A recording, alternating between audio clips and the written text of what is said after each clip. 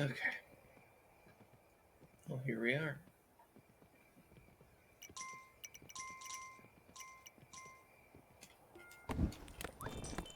Hey, give this guy the coin. Thank you. What? Talking to the vagrants. You're a vagrant. Depending on your definition. I suppose.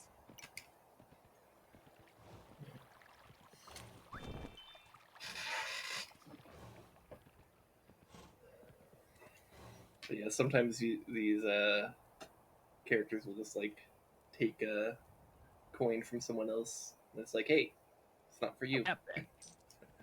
You stop that. Stop it. Get some help. Get some help.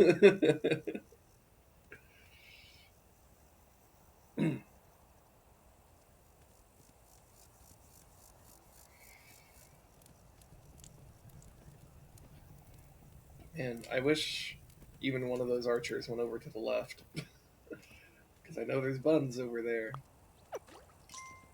Okay, well, let's make a bow and let's see if one of these guys goes left. Damn it, he went right. Man.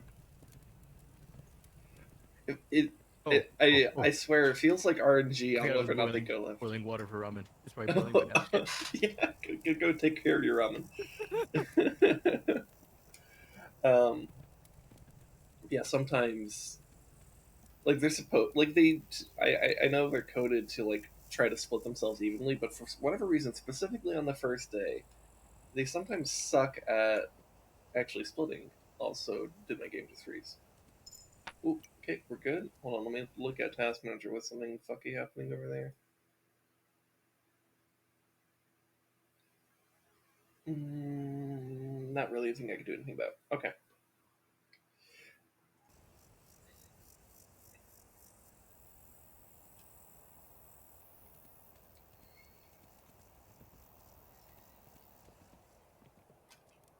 Okay. Well, that's okay.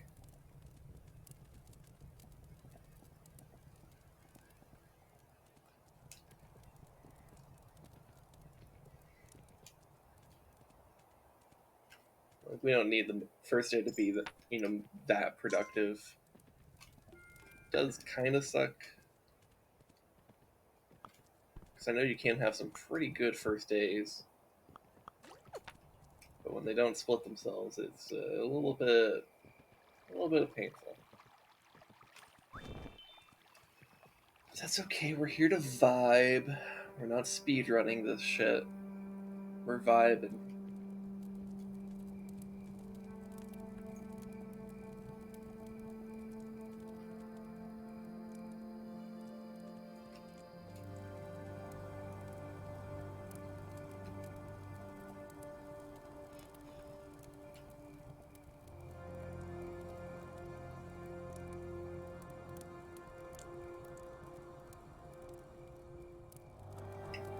Come on, guy, you can make it.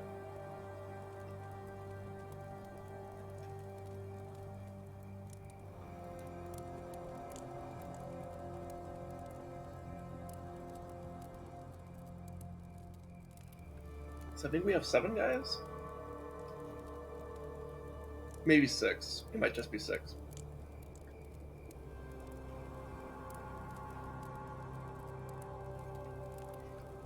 Still not bad for the first day.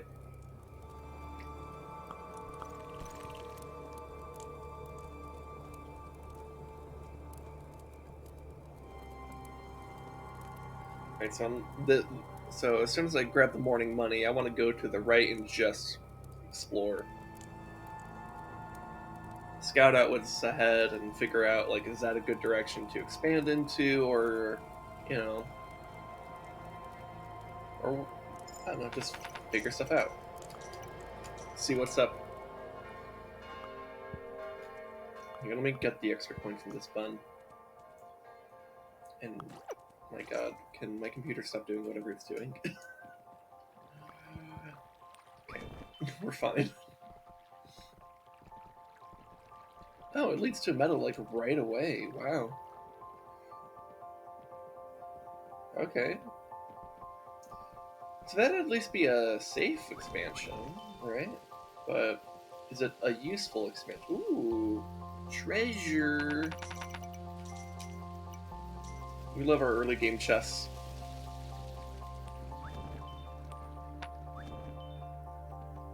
This also leads to meadow. And a water. But the water feature is too close to the portal. So I guess. So on my way back, I need to make mental note of each and every water feature I see and if it's usable. Like, for example, this one, not usable because it's on the camp. Unless I destroy the camp, but I don't really want to do that. Not if I can help it.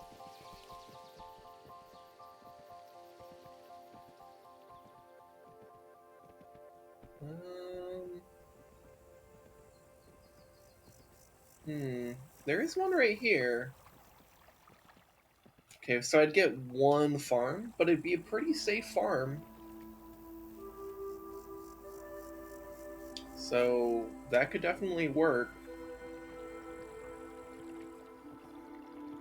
So I'll want to know what's going on with the left first before deciding to expand there. But it could be a case of like, I expand uh, a little bit in both directions.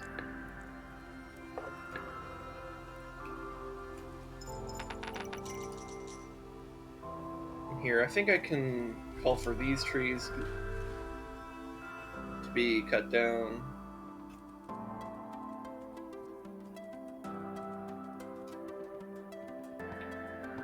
And I'll just kind of hover by them to make sure that the worker is safe.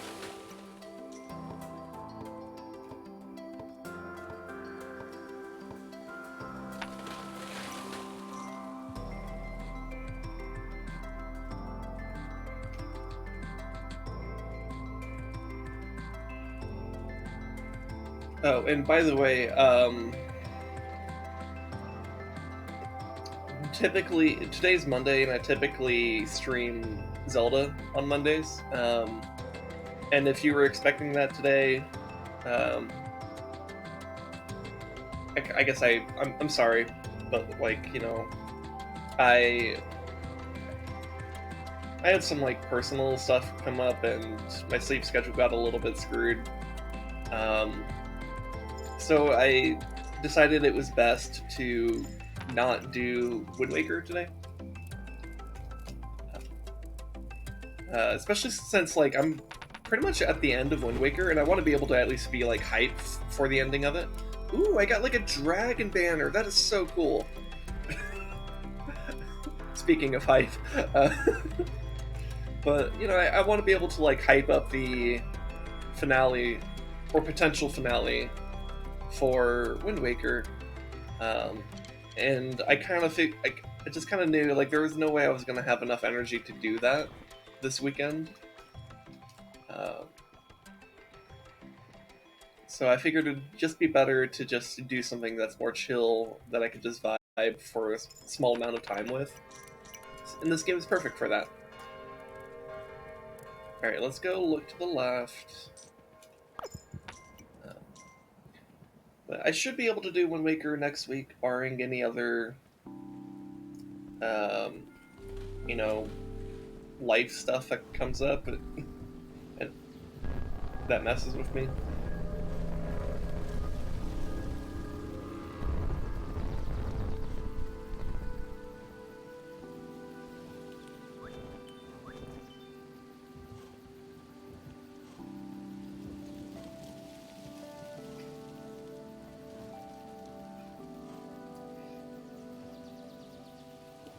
Okay, so there's the stone architecture thing.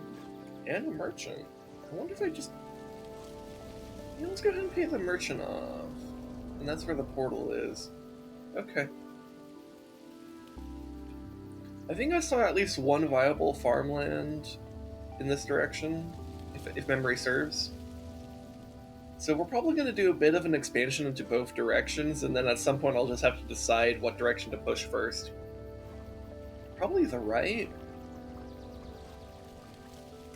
Oh, yeah, okay, yes, this is the water feature I'm thinking of. Okay. And the reason why I'm thinking the right is because I saw that the the archer buff shrine statue thingy is on the left, and that's usually more useful to have when you're doing the last portals. So, that's my thinking.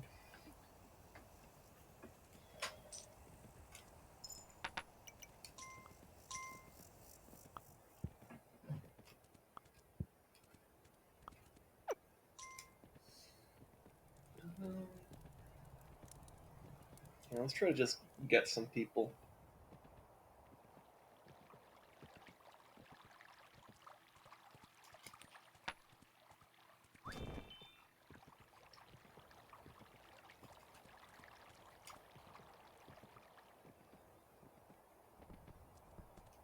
Let's see. I think I have enough money to ward off any attacks. I think I can actually be pretty aggressive about my recruiting here.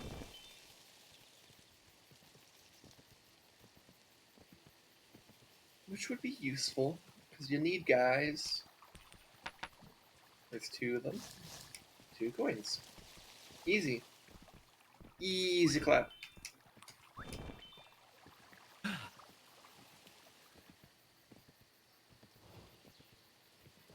So, how many simps are you in right now? I don't know. At least a dozen or so. I think we're around, if I had to make a guess, probably around 20. Here, I'm going to call workers. Those are rookie numbers. You gotta pump those up. I do need to pump them up, to be fair.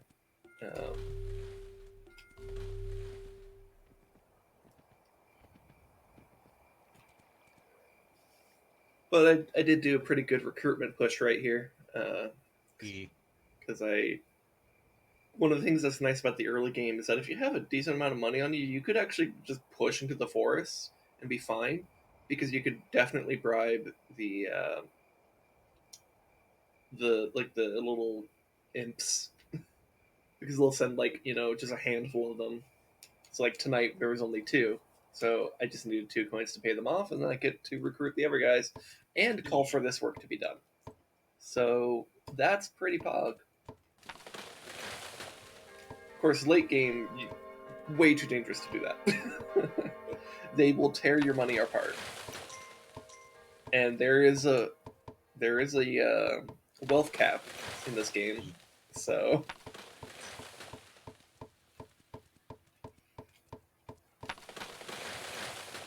It'd be kind of interesting though if you could almost like an RPG, if you could invest into increasing certain things about yourself, including how much wealth you could hold, or maybe you could also increase the speed of your mount or something like that, or Zelda wallet troubles intensifies. the what? Zelda wallet troubles intensify. Yeah, well, unlike Zelda, you actually really do need your money in this game. Because man, I had people telling me in Wind Waker's oh no, you really do need a bunch of money. You're gonna use all your money, and I'm like, yeah. I'm like, maybe, but I'm at the point where I would have used that money. I'm like, yeah, no, I still have more money than I know what to do with.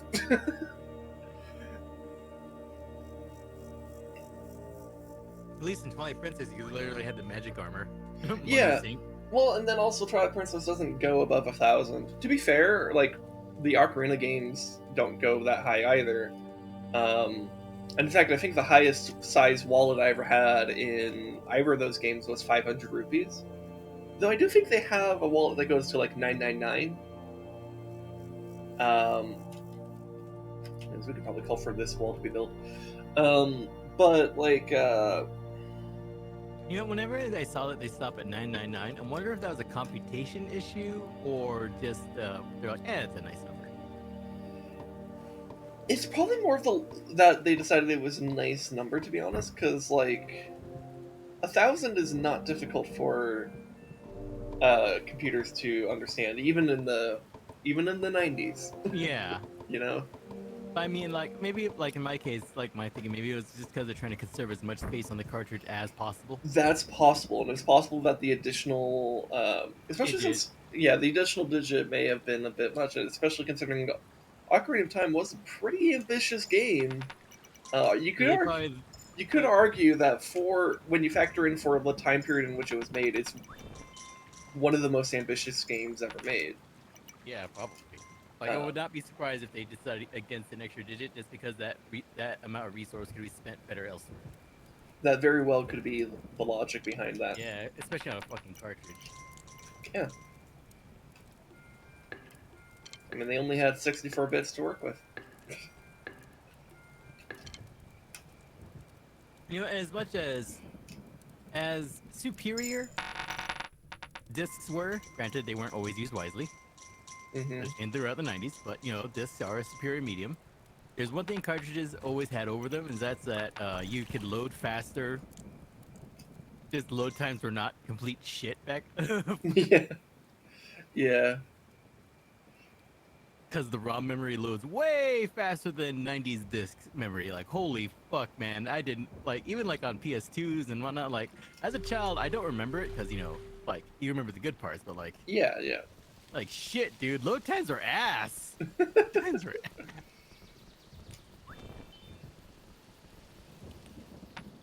hell. I have to just take it back to high school when I still had just the mechanical drive, and like, fuck, dude, how did I deal with those load times? Meanwhile, me still using the mechanical hard drive. Then again, back then, freaking SSDs were like unobtainium back then. Yeah, and I do have like one SSD, but it's not very big, so I have to be picky about what I put on it. Whereas the mechanical's a literal terabyte. Yeah. Although I know mechanicals have their purposes even in this day, but like Yeah, well, and if you're just looking for for storage the end space and you're user, not worried about like yeah. speed, like get mechanical, because holy shit, you could go way bigger for way less money. Like the mechanical terabyte hard drive I got like what 5 years ago for like $50. That was 5 years ago. Now it might be like 20 or something. I don't know. Um,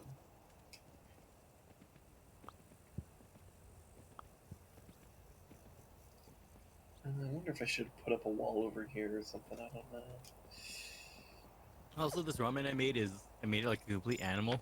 Mm-hmm. So me and my dad, it's kind of funny. Me and my dad, we very much prefer the packets of ramen instead of the cups. My Yeah. mom prefers the cups. Thing is, though, I only had one packet of ramen, and I felt like having two packets. We only had one packet left. I was like, shit. Mm. Sees a cup ramen, tears it open like a fucking monkey, and dumps the contents into the pot. Yeah. Hey, now there's a little, like, you know, little bits of carrot and corn and really, really, really dehydrated beef in my ramen. Yeah. Well, what I do with ramen is like I basically use ramen. I get the packets and I use like the ramen noodles as like ingredients for like Other making stuff. making other noodle They're stuff. very useful. They're honestly, they're like the quality of noodles. Not they pay like what, 25, 50 cents for a single packet. Yeah, like it's not the healthiest noodle to grab. It has like like no nutrients in it, but like They'll keep you alive with calories. yeah, and like you could look if you're mixing it with like vegetables and stuff like that'll get you nutrients. You'll be And also, fine. I gotta say, one thing I should appreciate more about where we live. Produce is fucking cheap. It can be. It depends.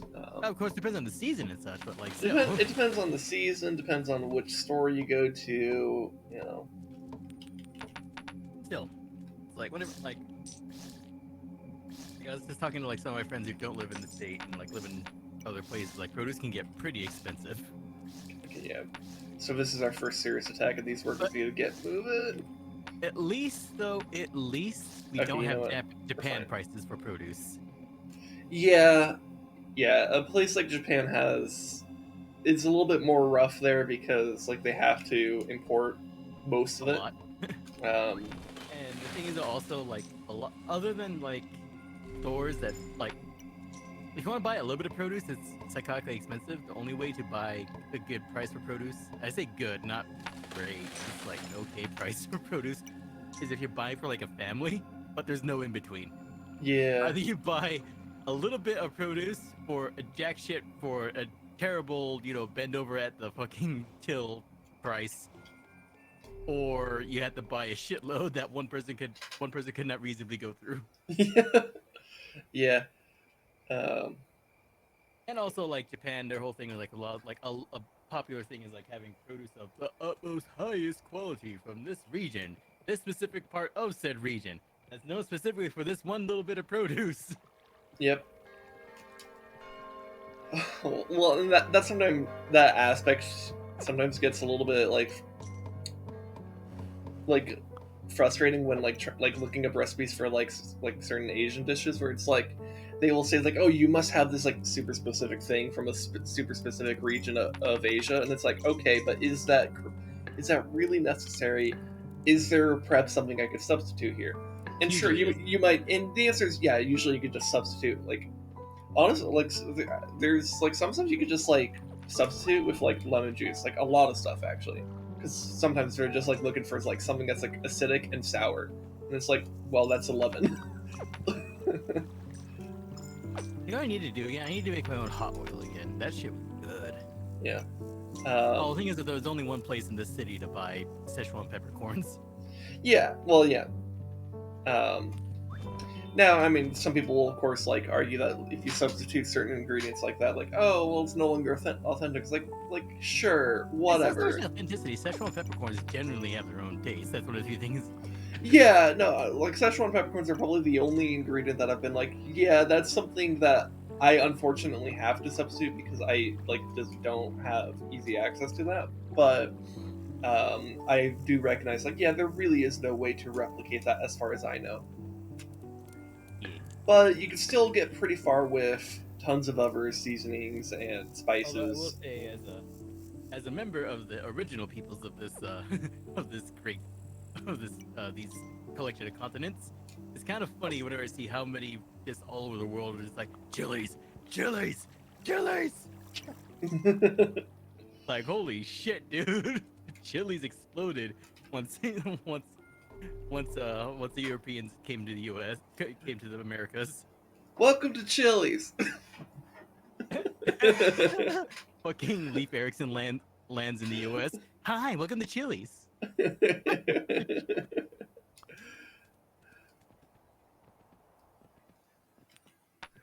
But yeah, no, I mean the fucking peppers are awesome. They're probably my favorite vegetable, just like in general. Um, Sweet peppers, bell peppers, chili peppers. I like, man, if I had my way, I would use an entire bell pepper for like almost everything I cook. But like I just due to circumstances, I try to limit myself to half a bell pepper because I don't want to just take all the bell peppers in the house. Other people want to eat them too. You know, I need to make some more. I need to make some more like chili dishes because that like one of my regulars at work gave me a big ass bag of what was it dried chilies. Yeah, I was like, shit, I need to find a way to use these. yeah. One thing that's nice right now in our garden is we're growing both jalapenos and serranos, and because I actually know that if you let peppers grow, they become better. They get harvested when they're red, not when they're green. So like red jalapenos, red serranos, those things are good. Like really, really Mhm. good. At different stages of ripening changes the flavor profile. Oh yeah, absolutely. And And like I got and it roasting always and bothers the shit out of me that like whenever like you go to like some restaurant or something and they have jalapenos, it's always like green, and then like they also like to mix it with like vinegar a lot, and I'm like, fucking why? Just like, give me the damn pepper. if I wanted green chilies, I would want green chili. Like I would get some hatch chilies or something. Yeah, hatch chilies are like actually good green chilies. And with jalapenos, I like the flavor profile thing. If you just want like a clean pepper burn, like peppery, like pepper flavor with some burn, not much compared to other chilies, but some. Green jalapenos are great, but if you really want a flavorful jalapeno, if that's what you need. Yeah. Like if Yeah. jalapeno is gonna be the star or whatever you're doing, yeah. Wait till it's ripened to the red. Well, even if it's not necessarily the star, you're better off letting Hmm. it ripen because it's just gonna taste better. Yeah, Um, but sometimes you want a bit more quote quotation marks cleaner taste because like if you go for like certain other sauces, it's like it's like you just want the plain chili flavor because it's mostly there for other eh, things. I mean, look, there are cases in which, like, if you want the more bitter taste of the pepper, then sure. Because like with green peppers, you're going to get a bitter taste. Uh, Also, roasting certain chilies is fucking bomb. yes. It's like sometimes when I'm making stuff with chilies, you're like, yep, just put this shit right on the fucking gas burner, blacken, wrap in foil, take off the blackened part because that's carcinogenic. And then just do a line of it. Dude, the black part, the pepper, like it adds so much flavor. But why does that have to be? Why is shit gotta Okay. go cancer? Yeah. No, for clarification, don't do a line of chili. Don't don't I snort mean, a line of that. You I will bet Ozzy fuck in the up. '80s could have done it. Well, I'm not saying for legal reasons. I'm saying for like just like not fucking up your face reasons. I don't know. I think fire ants would be worse. Sure.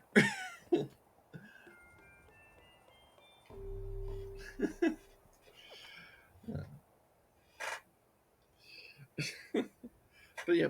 Anyways, point is, peppers are awesome. Hmm. But yeah, no, it's like I'm just, it still blows my mind how far and wide chilies proliferated throughout the world into cooking. I mean, pretty much everything from the Americas, like almost every crop from the Americas, just blew up. Like, Hmm. like, like peppers, tomatoes, potatoes, like potatoes. Holy shit, people love potatoes. Um, Corn. and then corn. Yeah, corn is used in like everything.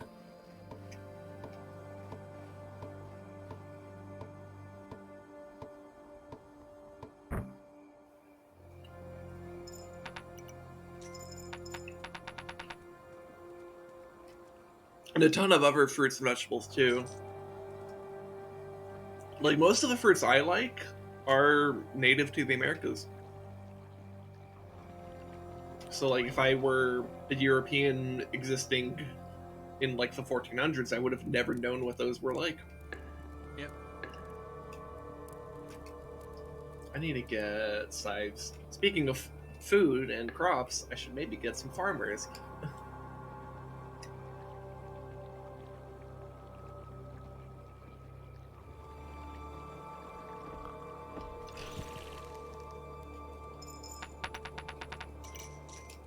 Because when I was studying the Colombian exchange in like high school, I remember one of the interesting things to me was like, in general, um, the Americas gave more than they took. um, but like, it was interesting to note that like Americas gave more plants, but the like Eurasia's, um, had like more animals to like introduce. It's like things like horses and pigs and stuff like that. Yep. Um, Kind of funny actually, because like even pre-contact, there's always like, like I remember saying how there was like horse-like creatures way yeah, before the contact happened, but that way extinct. It's like, and that's it's part of the reason there's still horse culture, quote unquote, even before horses arrived properly. it's possible that yeah, it's possible that maybe in that Bering Land Bridge, that we suspect at least the northern American tribes probably came over in. Um, that like that may have been horses may have come across from there as well. Um, and certainly, like the horse culture does exist a lot more in the Northern American tribes than the Southern American tribes. Hmm. Um, partially because like you actually do have like the open plains to actually do a bunch of horse riding, because Central and Southern America Oh, are just go up. comparatively super mountainous and like not as good for horse riding. Oh, I think you've been through my tribe's reservation. There are some areas that are just really open. I've been by the edge of it. I don't think I've. I'm not even sure if I've been in the reservation proper, but Hmm. I have been like by the edge of it at least. And yeah, look, it gets very open over there. Despite that still being, in the the Intermountain West of the United States. Colorado Um, Plateau, bitches. yeah, it's part of the plateau. Um, Also, it's kind of almost mind-boggling how fucking huge the Colorado Plateau is. yeah, well, I mean that's kind of the nature of plateaus. They're supposed to be huge. Mm-hmm. Like I remember just thinking, it's like when you're climbing it, making the climb from Phoenix up to Flagstaff, it's like, oh damn, this is literally just climbing the edge of this fucker. Yeah, basically, and that's probably the most stark like elevation shift in the state. At least that isn't like literally like an individual cliff or something like that. um, because like yeah, because Phoenix is one of the low points of the state, and the mountains to the north of it lead to the high points in the state. Mm-hmm. Because like because here where I live, and you're probably similar elevation to where I am, though you might be a bit higher. A little I'm bit. not so sure because I also live in the foothills of the Western Mountains in the city here. Um, And also the river flows towards you guys from where I am. well, yeah, yeah, no. So like the city, it's the city valley is like I think about 2,000 feet above sea level, um, but you and I are probably closer to 2,500. Um,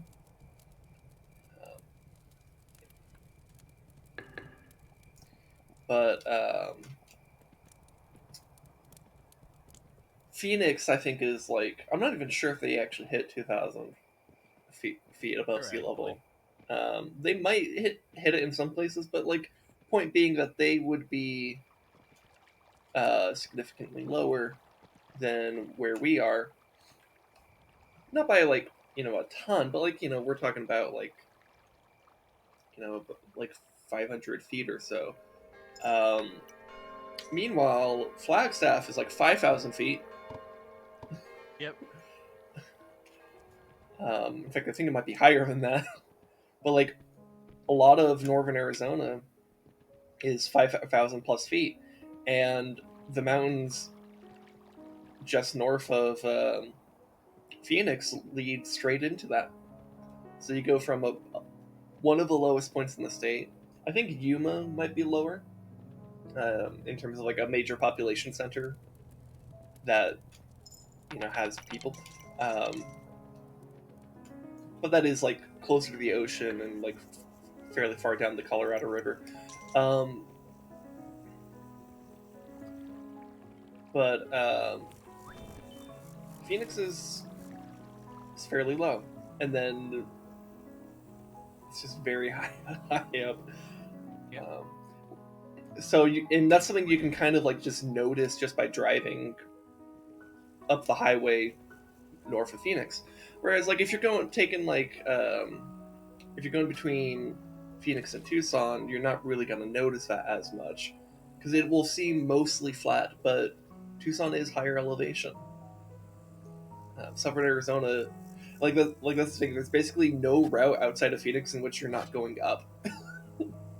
Like to the east, it's higher. To the north, it's higher. To the south, I guess I'm not as sure if the west about the west, but I think even that is a bit higher. That could be lower elevation, to be fair.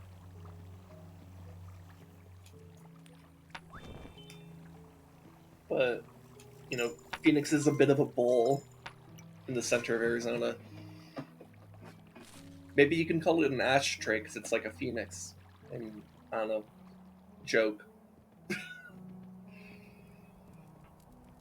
Anyways, That must be a pathetic Phoenix if you just keep it in an ashtray. I mean, have you seen Phoenix? Ayo. Fuck you, Phoenix. And if you're from Phoenix and you hear us saying this, you know where we're from now. Well, I mean, they didn't figure it out already. Like people Hi, who, Scott Lehman here. yeah, yeah, Literally, you have to be from fucking Tucson to get. yeah, yeah, yeah. Why did I say the city name? Because that's how obvious that makes.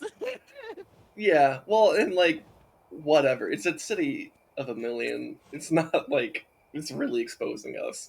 I mean, if anyone wanted to find us, the Fed boys would have already done it. Yeah. Yeah. Although, who's more likely to be found? You or me? But I'm brown. I'm probably easier to find, to be honest, because I don't really make much of enough effort to hide like my existence. Because I'm just like whatever about that. Okay, who's the most likely to be looked for? You, yeah. So I might be easier to find, but I think you might be more likely to be looked for. Hi there, Fed boys. Yeah. The alphabet boy. I have fun with the alphabet boys. Yeah. Jeez. I tried to like speak and then I opened my mouth and it's like you need to sneeze now and I'm like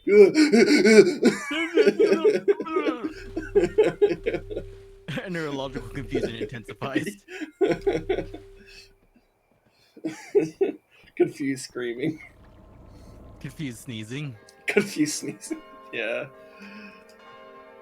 Oh man. So, yeah, that was a weird sneeze. So oof.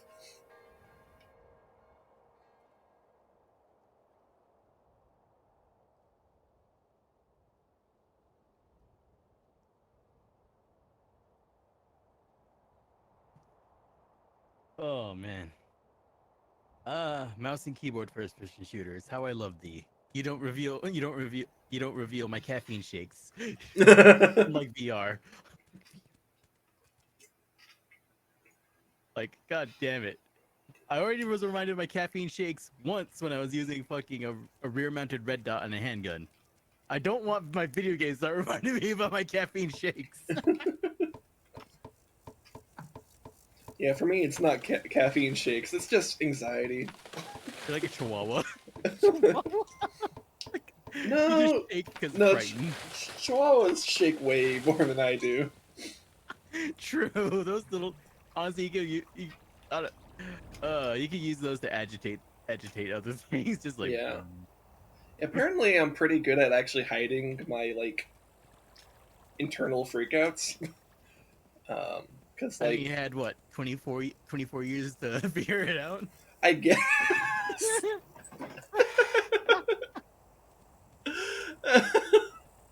Oh my god.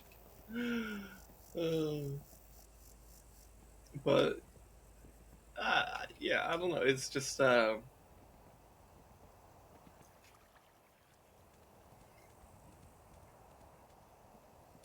I guess I've learned to kind of just like be a little bit Anxiety, dry. an 8% speed run. Anxiety 80% speed run. Yeah. But like I think it's been like a defense mechanism or coping mechanism of mine to just kind of almost like shut down a little bit, and just like not really be all that expressive, which I actually kind of hate, by the way, because like usually my You have a very much big want to be expressive. I want to be more expressive, and like it really like hurts to like Yeah, I'm feel very like animal to my what's the word I'm looking for? Anyways, go on because I can't forget the word because I suck at English.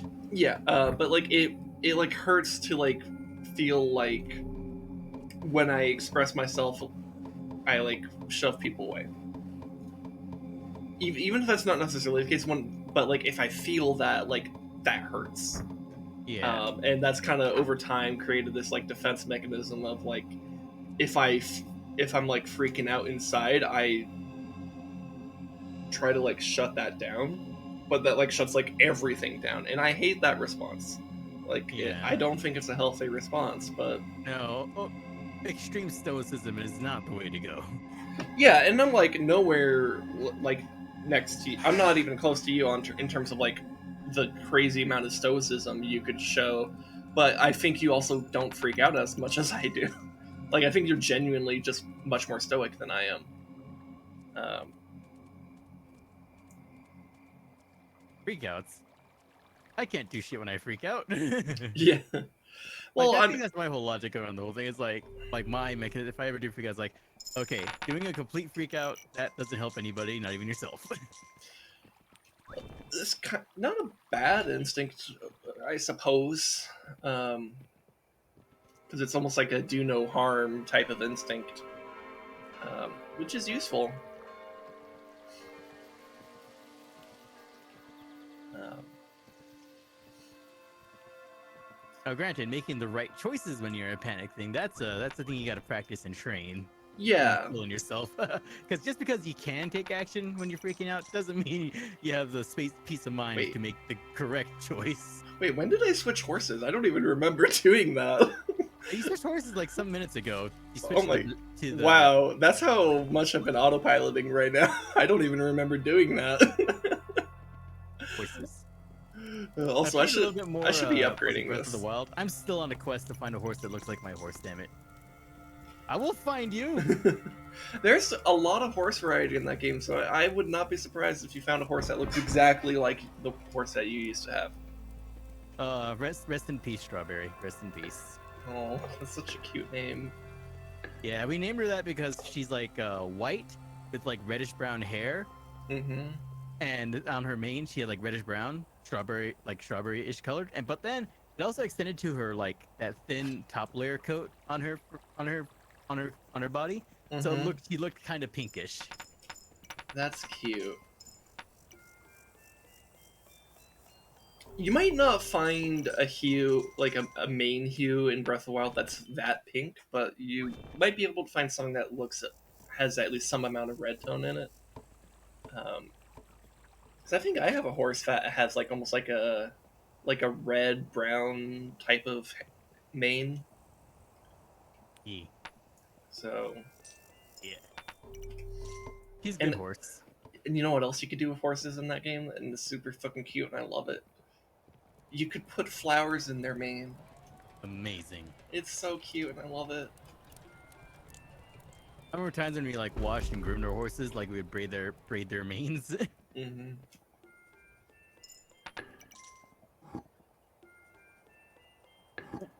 What? I wish I was recording that. God damn it. What? I was What playing Killing happened? Floor and I was about to headshot an enemy, and one of his allies shot him in the side, causing the physics to launch him to the right, making me miss my shot. Oh. He saved him by friendly firing.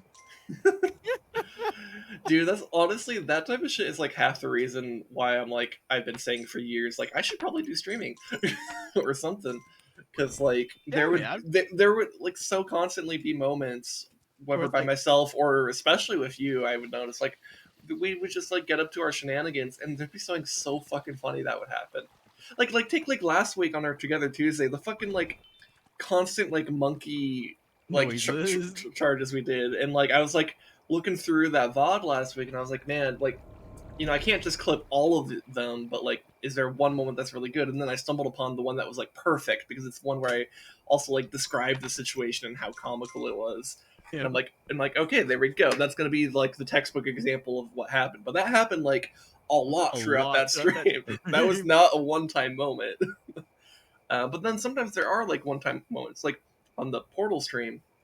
I was talking about like the Half-Life 2 engine because like the Portal uses the same engine.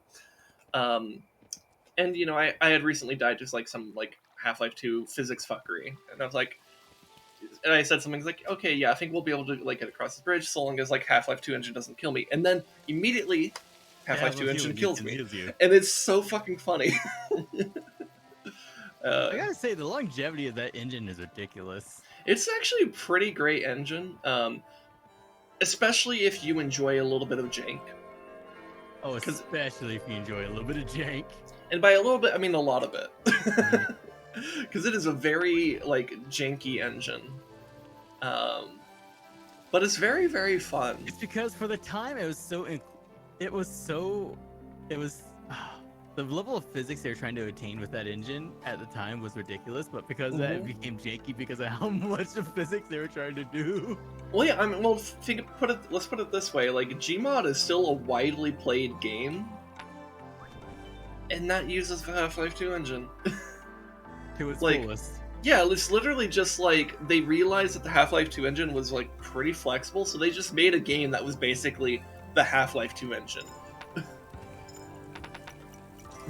I think I remember in high school picking up a little bit of learning a little bit of Lua coding just for Gmod. Yeah, like I never really learned like any of I like know Lua is a scripting language, but still, like learning Lua. well, I mean, scripting and coding. I mean, like, look, Josh is maybe nitpick the differences between that. Also, look at the complete unrelated. Look at those clouds in the background, like the red ones. Pretty. That's wild. It's kind of weird too, because it's like the rest are oh, they're gone now, but the rest were just gray. Um, but yeah, JoJo might be able to like nitpick the difference between scripting and coding and stuff. But like in a way, at least from my understanding of what coding is, which is very, very, very, very, very minimal. Um, Coding is mostly just like a Black magic. well, it's black magic, but it's also um, mostly just like elaborate series of if then statements. Elaborate. Yeah, that's definitely a way to say it. Yeah, because like like about a year ago, I attempted to learn a little bit of Python, and when I told him like, hey, I learned if else statements today, and he was like, congratulations, that's like 90% of coding. And I'm like, oh, okay. And so I thought I was like on the right track to like actually like figuring out Python, and within a few weeks I was like, fuck this shit. Yeah, see, that's it may be 90%, but that's like saying a singular Lego brick, like describing how a singular, the standard Lego brick makes up 90% of Lego models. Yeah, yeah. It's like it's true. Well, it's also like similar to a thing I say about music theory, where it's like Mm.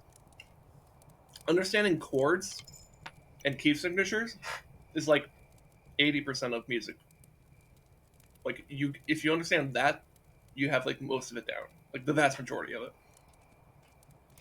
Throw in like meter and time signatures, you got like 90%, and then like the rest is like divvied up into that last 10%. Except now the main complication is how to recombinate all that knowledge. Yeah, that's the hard part, but it's surprising how much a difference just like knowing chords and understanding what those chords mean will do for your understanding and your ability to just like basically just like on the spot like compose some shit. Like if I want to like for example, I have this keyboard right next to me at my desk, and I could just like turn it on. Let's put it on like some kind of let's put it on the bell harp voice.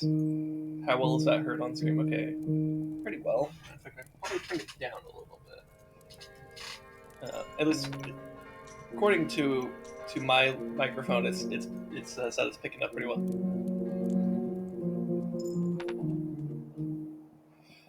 But like based off my understanding of chords and stuff, I could just start fucking around here and just like come up with something that sounds interesting.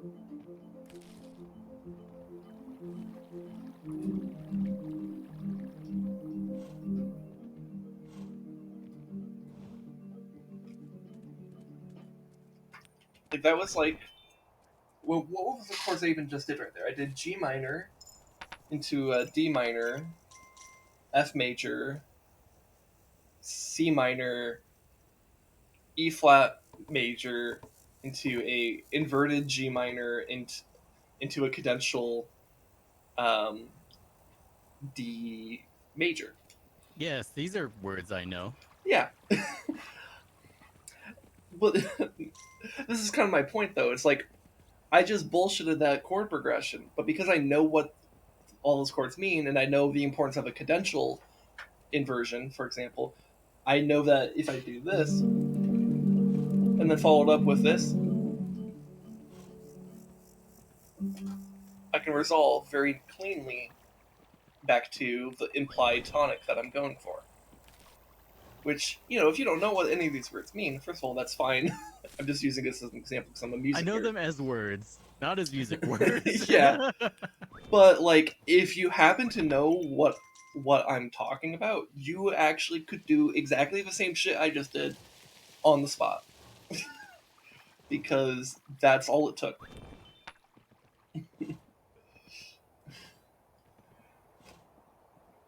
Um, Ooh, boy. you know, and I probably could. I could definitely like teach that element if I really wanted to. I almost wonder like what it would be like to do like a music theory stream.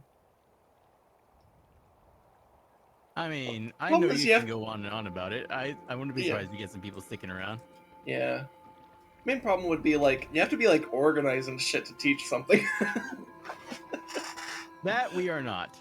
And I just like I'm the type of person that just like goes like off the cuff and stuff. I prefer a Honestly, limited like structure. honestly, you like me and you operate similarly. We just kind of have a mental checklist, not anything strictly planned. Because it feels like Hmm. whenever I strictly plan anything, it gets really awkward. Yeah, well, because like there's like this stiffness that happens with like overly structured things.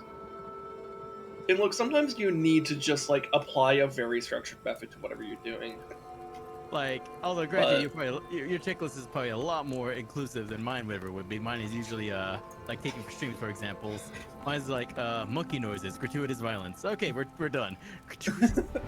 well, yeah, I mean, for me with streaming, like I just try to make sure that I'm talking about stuff, even if it's just like the gameplay. Like I want to be like I want to like because the job, quote unquote job, but of a streamer is to like basically just provide do your best to provide commentary, right?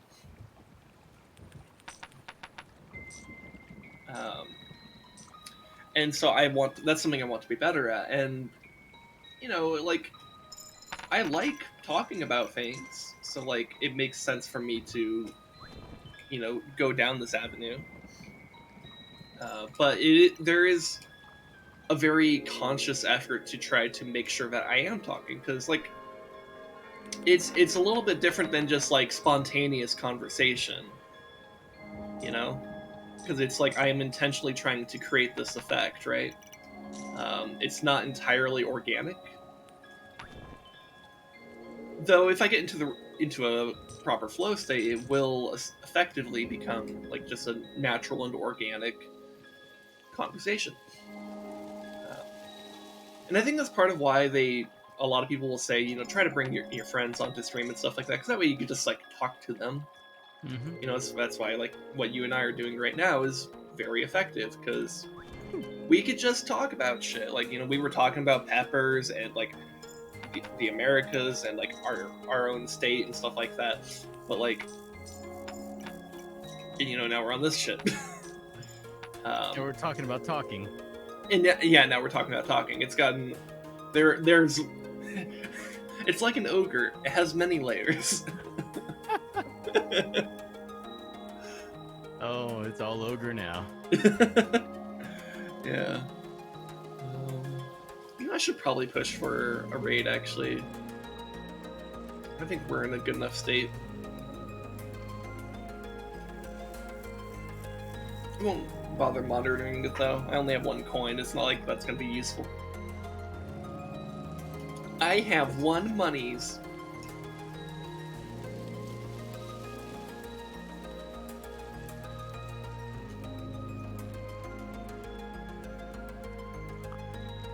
Those guys have no monies because none of them paid any taxes. Either that or they have all the monies because they got away with paying no taxes. You know what? Now I remember. I think I remember something hilarious from Warhammer lore. Vlad von Karstein. A lot Mm-hmm. of the peasantry and citizens of, what was it? Sylvania. Sylvania genuinely like Vlad as a leader because his taxes are so fucking low. Yeah, well, in a way, it's like,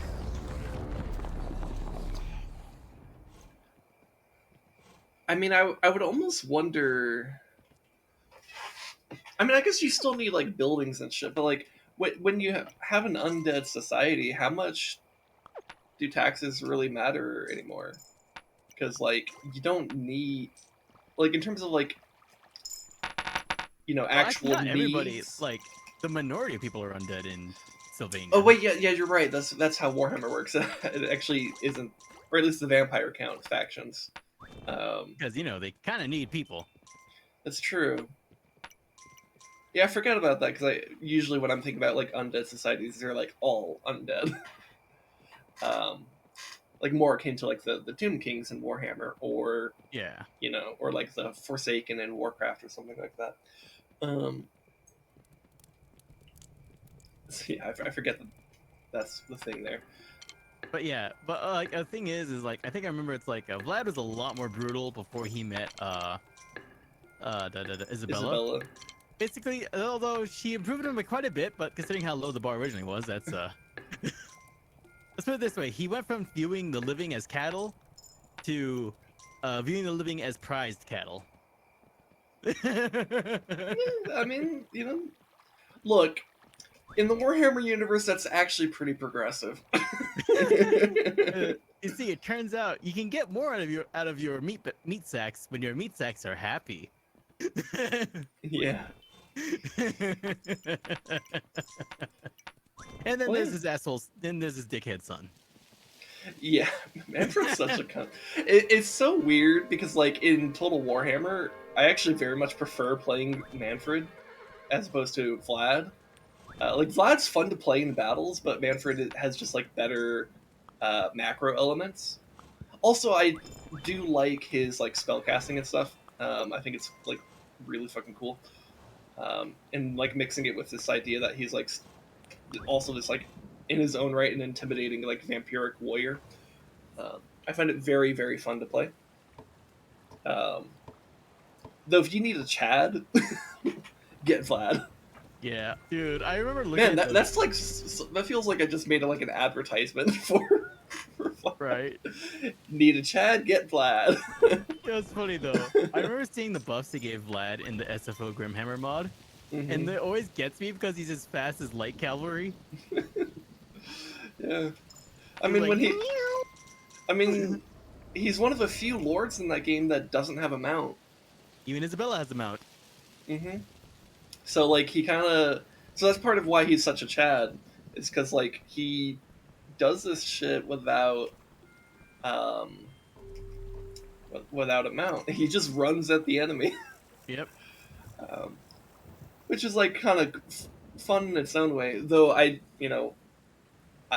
again, another way in which I prefer playing Manfred is he gets a zombie dragon. That is so cool, and I love dragons. Like, I'm a sucker for dragons. Give me a good dragon, and I'm like, yes. And man, God, honestly, that might be one of my favorite things about the Vampire Count faction in that game is like your vampire lords can ride zombie dragons. Like all of them can if you get them leveled up enough. Hmm. Um, and that's so awesome.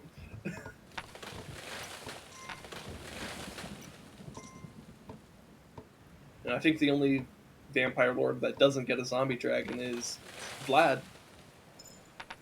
I guess I don't know if Isabella gets it. I think she just has a Uh, flying, she has the like, flying undead horse, yeah, the like, nightmare. yeah. And that's what the necromancer lords get. I don't think they get zombie dragons. I think they just get the that, but that's still pretty good. And you know what? Honestly, flying is more useful as a spellcaster because you just are harder to kill. Honestly, Yep. unless they have a fuck ton of archers. Last Oh, in because Skaven. by the way, I was playing some of that recently, and I've been playing as Azag the Slaughterer with his orcs and stuff. And he's very fun. So I was fighting the Empire, and I was uh, Carl Franz attacked one of my settlements that just had a garrison. I didn't have like a an actual army protecting it, but he was coming in with a fairly weak army. But like auto resolve is like, oh, this is going to be a decisive defeat and like total casualty loss and stuff. And I'm like, okay, well, let's try to do as much damage as possible. I did the fight, and uh, what I ended up doing, so I had some goblin wolf riders that had like vanguard deployment, so I put them like very sneakily way in the back, behind their lines. So and their plan with them was go dive their mortars, which they did very very well. Meanwhile, I moved like my goblins and orcs into a position that would bait the rest of the army towards them.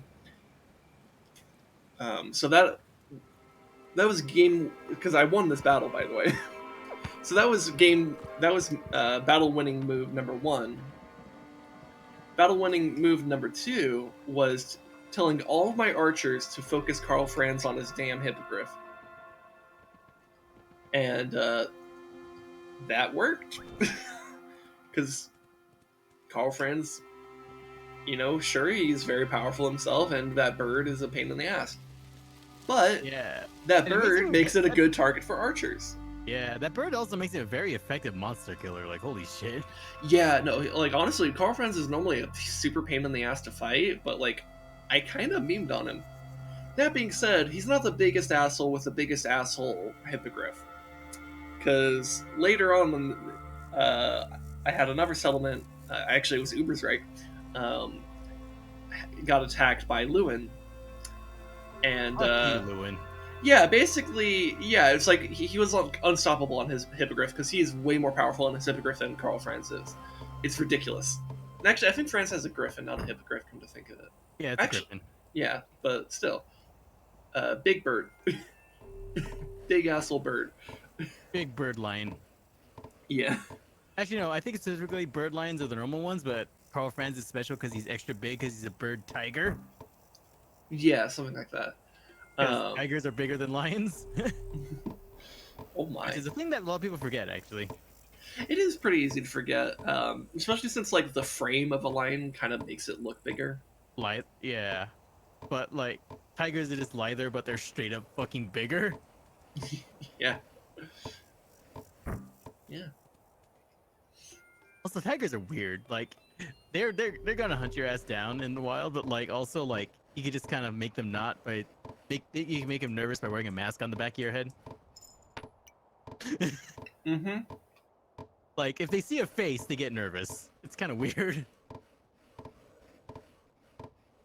I mean, that's the nature of instincts. Mm-hmm.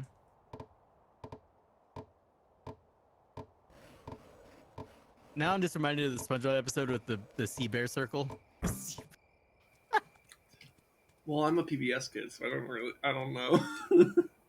I didn't watch a lot of SpongeBob as a kid.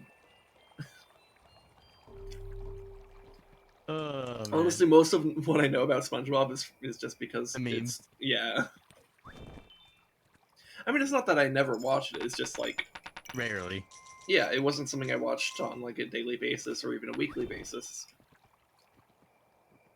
because like we just had no like we didn't have cable, so we didn't get Nickelodeon, we didn't get Cartoon Network, we didn't get Disney Channel. There's a lot of interesting content in PBS though. Like holy shit. Yeah, no, PBS has some actually really good stuff, and we still got like Warner Brothers and stuff. So um, like right, like so the Four Kids. That's Yeah, the actual like company. Um, so like we would get Oh, those Four Kids dubs. yeah, yeah. So we would get stuff like Yu-Gi-Oh and Pokemon, because that would exist. Um, but then we would also get stuff like, but like Cyber Chase or Oh my god, Cyber Chase. yeah, no, That's the name I haven't heard in a long time. yeah. I mean that show was awesome actually. Like it's probably my favorite PBS show. We also had stuff like Zoom. Um, Yep. Oh god. that was pretty fun. I forget. Oh, sorry. Like tangent thing. Like the class I'm playing in this game has access to NVGs. And like, I want to have that as turns on NVGs. Well, there goes my fucking depth perception. Just like IRL. Yep. Unless you're rich. Unless it's a farm. Unless it's a farm. Rip that guy. Rick Bryan. Was it Rick May? I think it was Rick May. Or was it Brian? I don't know. It feels kind of bad not remembering his name, but like, we all know him for his voice more than his name. Yeah. Well, and I'm not good with names in the first place. So like, Dude, that gets so awkward at work. That gets so awkward at work. It's like legit. I've been a waiter for you for like 4 years, and I'm now like paying you out in your jackpots now. I kind of don't remember your name until I look at your documents. yeah, yeah, you really do be like that sometimes. And like I fist bump them and everything. It's like we legit know each other. What's your fucking name though? What's your fucking name though? Yeah. Oh my god. It's so funny to think about that, where it's like sometimes like you could form like pretty significant bonds with people, but like you just never bother to get their name Or committed to memory. or commit it to memory. Like maybe you ask them like once or twice, but like it just like disappears after a week or whatever. So like, yeah, that shit happens.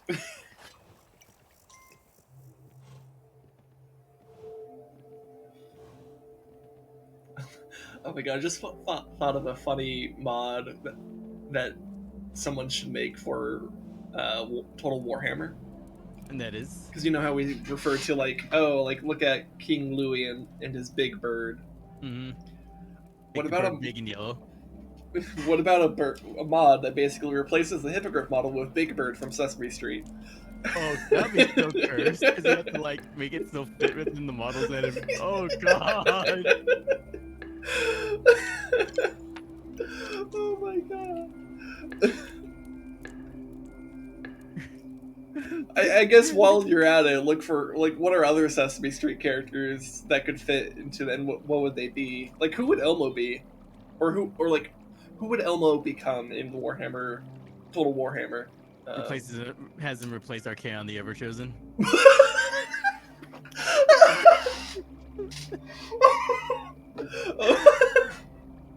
Oh my Elmo's world as everything is burning. Holy shit. Oh my god. That's the best answer. That's it. What better answer could you have? Holy shit. Oh my god. Fucking Elmo and his chaos invasions. It's no longer a chaos invasions, it's Elmo's world. It's Elmo's world.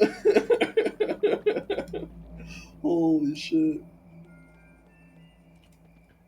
Oh my god. Oh my. Fuck.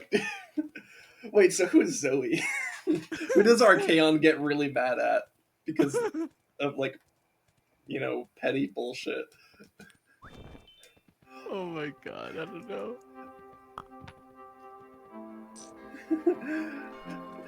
Where are you going, Archaon? Alaska! Oh my god, maybe Zoe is the fucking Kislev Frost Queen lady. I forgot her name. Oh. Wait, no, that's a VTuber name, not that name. Yeah, what is her name? I don't know. Well, like, since her whole thing, at least as I understand it, which is mostly just based off the Warhammer 3 trailers, is that, like, her whole thing is just, like, warding off chaos. We are not Russia. We're the ones that the fuck with chaos. Yeah. On a daily basis. Yeah, so it's like, I like the idea that, like, she kicks Archaon's ass. It's like, where are you going, Archaon? And Archaon's like, Alaska! And then who does he find in Alaska? Malekith. So speaking of Malekith, What Sesame Street character becomes Malekith? And then, even better follow up question: who becomes Marathi? I don't like these implications. I don't like these implications.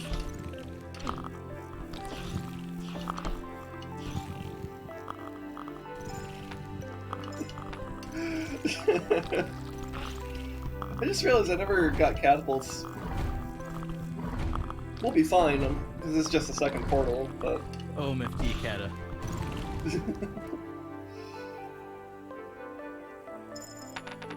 And how many people even know who that is? Like, even among people who are currently subscribed to him, how many people do you think actually know that was, like, his channel name at one point? MFT Kata.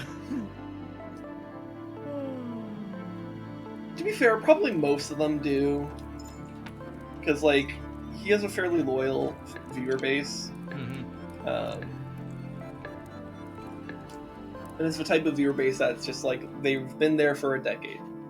Which means that they know exactly what OMFG Kata is about.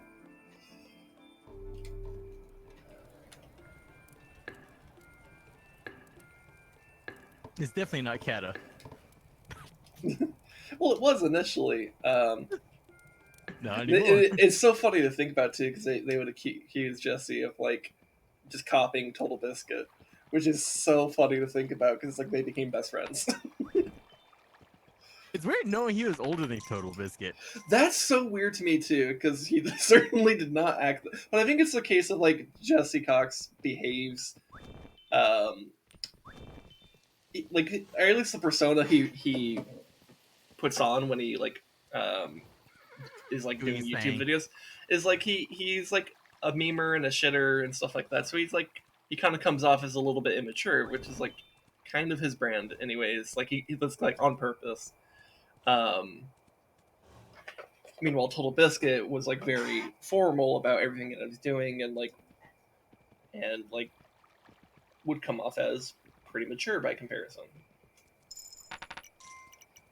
So it's like you have that, like, you know, double effect where, like, one of them seems younger than they are, the other one seems older than they are.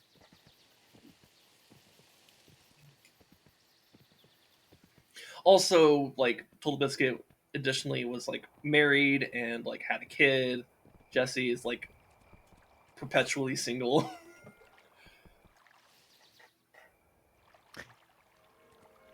And also, he very quickly became, like, best friends with Krendor, who, you know, started doing YouTube, like, practically out of high school. In fact, I think technically he was doing, like, his earliest videos were when he was still in high school. But he became a full-time YouTuber at, like, 19 or something like that. God, you know, speaking of, like, really young YouTubers, I'm now remembering fucking Charlie of fucking Critical, man. Yeah, I think he is a similar story, isn't he?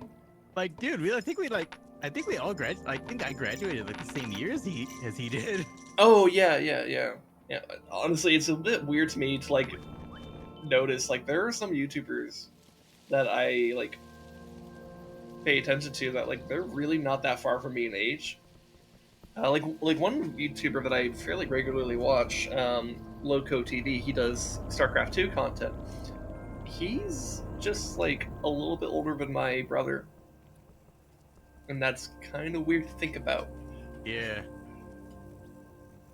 I guess I shouldn't be beyond this portal.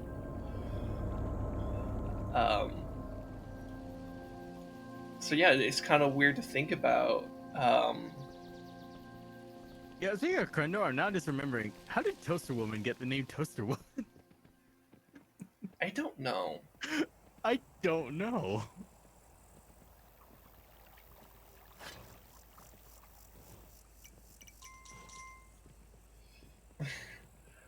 Like, that's a really random name. So it's like, Yeah, I just don't know, man. Probably doesn't help that I don't regularly watch those guys these days. yeah. Like, it's kind of like every once in a while I'll check out a video of theirs, but, like, I'm Like not a like regular viewer of theirs. like I like after Biscuit is kind of when I Well, even before uh, Biscuit passed, um, I think it's just a case of like you can only devote so much attention to so many people, yeah. um, which even makes it feel weird when I'm like, here I am doing online content creation. Please pay attention to me. And it's like, I know, okay, right? and it's like, okay, well, I'm very aware of the reason why that it's gonna be hard because like I'm aware that I don't do a good job of paying attention to all the different people that I'm currently subscribed to. Dude, don't get me started on it. Like with my stream schedule combined with my work schedule, I have a hard time paying attention to everybody. I'm like Yeah. at Now, all. that being said, I do try to make an effort to watch content from people that I know are smaller.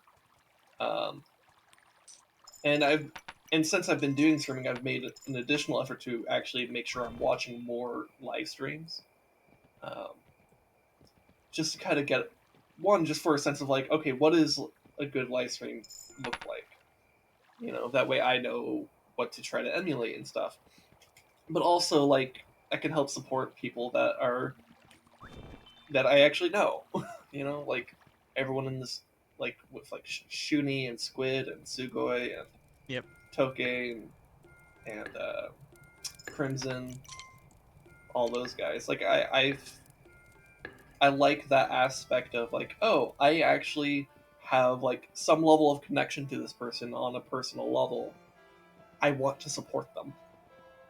Um, Also, because again, we always joke about it. It's like, damn, don't care about this VTuber shit. What is this? Some weed bullshit? Some months later. yeah. Last time I was in Tokei's stream in his chat, which was a couple weeks ago now. But like basically that's exactly like something that came up at some point because like I was like chatting back and forth with him. I was in the chat. He was, I think he was just playing Dark Souls or whatever. But like at some point he was like, okay, so anyone who don't know who Sin is, he's like a friend. He's like a buddy of like Rez, who Mm. and he's not even a VTuber. He's just kind of dragged into this shit. And I'm like, yeah, that's basically true. um, Oh man, I did just drag your ass into this. yeah, I mean, not that I'm complaining about it, but it is just like it is weird to think that like 6 months ago I really didn't give a shit about VTubers. I really didn't.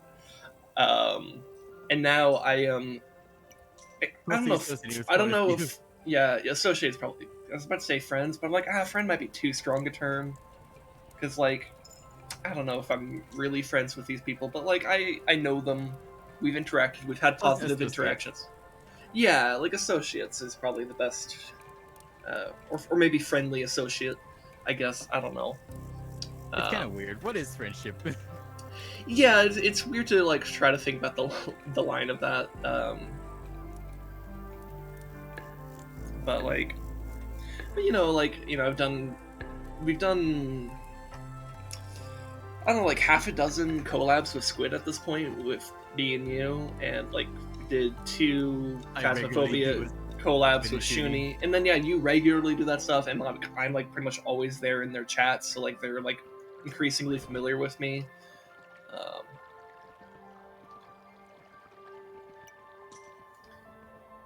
and then they also sometimes like try to drop by like Toke stream, or if I happen to catch it. They're usually streaming at a time that I'm usually asleep, so if I'm catching him, it's a bit of an odd day.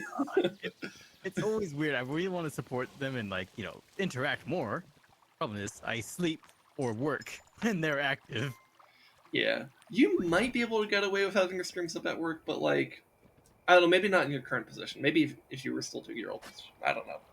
It gets a bit weird. Some jobs it's like really easy to do that. Some jobs not so much. Um, Yeah, current job became a lot stricter. A bit more yeah, of an open schedule though because I have 3 days off, but I use those for resting. yeah, yeah. Well, and even as someone who doesn't have like a job, Conventional job. yeah, it's like it's surprisingly easy to still fill your day. Honestly, if I had more time in the day, I would be even harder on my content creation. Yeah, no, I mean you've certainly been. I mean, I should like on Um, Twitter, like seeing how many hours I put into streaming. Like, good God, for someone who's still fucking employed as much as I yeah, am. you're streaming similar levels to me. Um, which, to be fair, like you're kind of doing better than me, so there's a little bit more of it, like a incentive to do so, because like there's more, there's a stronger sense. Actually, hold on, before I actually launch this, am I sure? I've been doing good on. You're questioning yourself. Don't do it. Yeah, let me do just a touch more recruitment, and go ahead and start this. I do have, I do have a fair amount of archers and stuff, so I'm not like overly worried about it. Because like last time I was it last time I played this, or was it like two times? I don't know, but like fairly recently, like I launched a third attack, and it was like even when I launched it, I was like, I don't think I have enough archers. I'm pretty sure that's enough archers to be honest, but I'll do a round of recruiting just to be sure, because it does make a difference.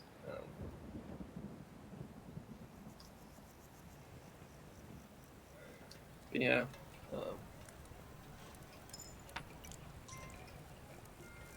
well, and one thing more recently I've been wanting is like, because I haven't really done a raid since I started streaming, but I've been thinking I probably should be like looking to do that more. Yeah, But I want to raid, but then like by the time, usually by the end of my streams, when it's like prime raiding time, it's like, oh, I legit have nobody watching. well, yeah, that's the problem I have too, where it's like usually there's like no one to raid with. So it's like, well, okay, there's just no point in raiding then. um, though I did feel a bit bad a week ago, when like I ended my stream, like just habitually ended my stream as I normally do, and then I realized, wait, I actually had like a few people there. I think I had like 4 viewers at the time. I totally could have rated like Grey Cat Cafe, who was streaming at the time, and I was like, shit. And like I like realized that like not even a minute after I clicked end stream, and I was like, fuck. Like I could have done it, and then it didn't. How do you raid? Because I'm on. Yeah, I need to look about a raid when I'm I, using I think I OBS. think you just type in your chat like /raid channel name. Um, I'm pretty sure that's how you do it. Uh, though it would be easier if it was just literally like a button that just did the function for you. Yeah. And maybe there is, but it might be a bit hidden.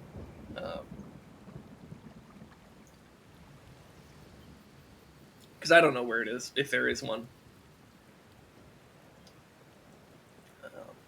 I think it would be cool if they did add that.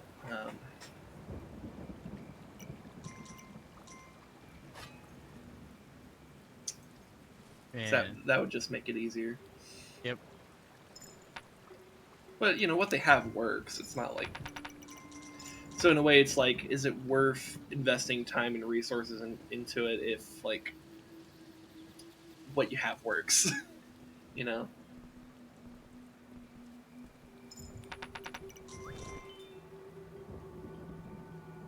like you're better off just investing in trying to make sure that Your like, content improves. well, no, I mean from like a like Amazon's perspective, Hmm. because they own Twitch, True. and it's like, would it be better to invest in making sure there's a raid button, or in making sure that like your servers are better? Probably improving the servers, like 10 times out of 10. So Shout out to that one time all the servers went down. yeah, that was funnily enough, and it may be because the servers went down and it like shut down some streams. I recall that being actually one of my better view days.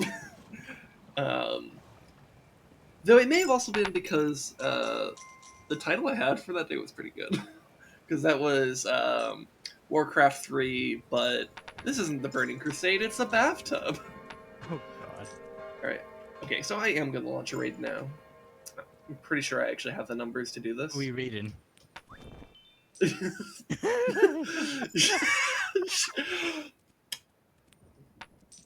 Rating in the game. Oh, so it's Twitch integration. Yeah. Also, I just realized this isn't the archer buff. This is the worker buff. Oh well. My brain, like, for some reason thought this was an archer. I wonder how many people watching the VOD are like, that's not an archer, that's a worker. that's not How an are the archer, people? this is a bathtub. Whatever, it's fine, it's fine. We'll look.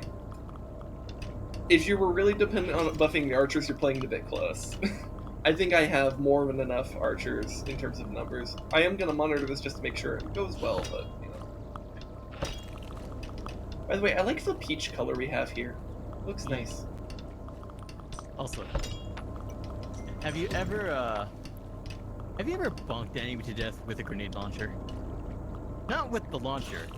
Have you bunked them to death with the grenade itself? No, but I know you have.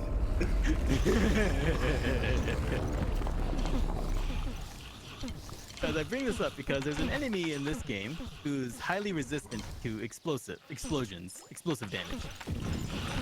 Highly resistant, and I'm playing as the explosive using class. Mm-hmm. Here's the caveat though. He's resistant to explosions, but he's not resistant to the explosive. Okay. He takes bonus damage from getting bonked by the explosive projectile. So literally I have a grenade launcher and it has a distance fuse. So it must travel a certain distance before the explosive arms. Mm-hmm. I literally just dance with him, keeping him in that distance. So I'm just like, boom, bonk, boom, bonk, boom, bonk. Okay, let's get another night.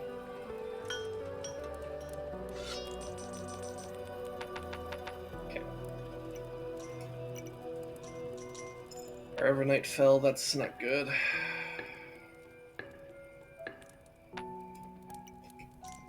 I sent another full health knight though, so we should have decent reinforcements on the way.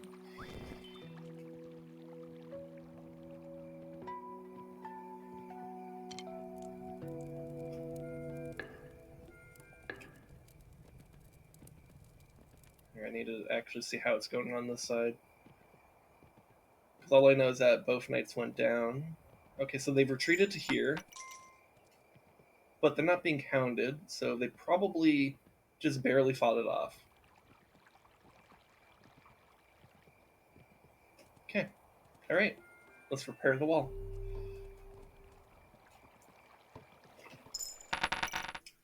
So that probably would have gone smoothly if I had the archer buff.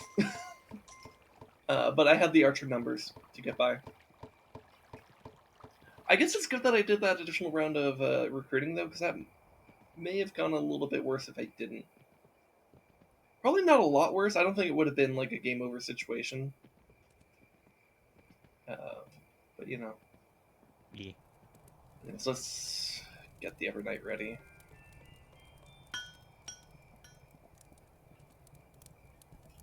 Also, I should go see if I could recover people. Because it's better if you just don't lose those people. Because otherwise you just have to do additional recruiting.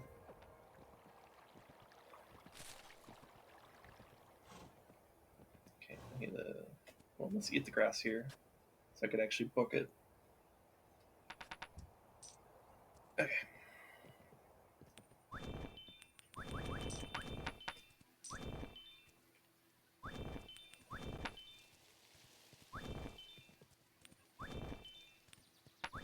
Okay. So that's a fair amount of people. I just got back. God, I really wish I had the knowledge to be able to investigate that. What's it? Again, just like playing the game. What's it? Just sees mild distortion in the corner of my eye, pops the head of the enemy that's invisible. Yeah, it is a bit surprising how good you are at that, especially since like you literally have impaired vision. Yeah, I literally have impaired vision.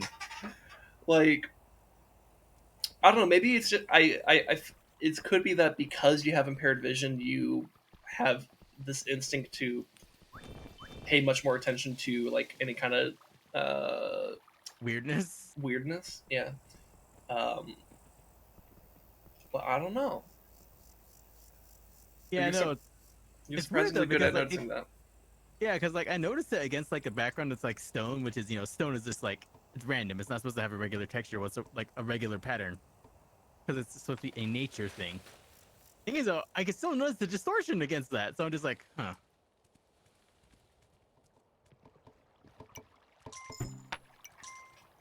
Brain's like Oh, that's not a natural pattern, but it's nature. It's not supposed. To, it's something that's supposed to imitate natural rock. There's not supposed to be a pattern. I suppose so.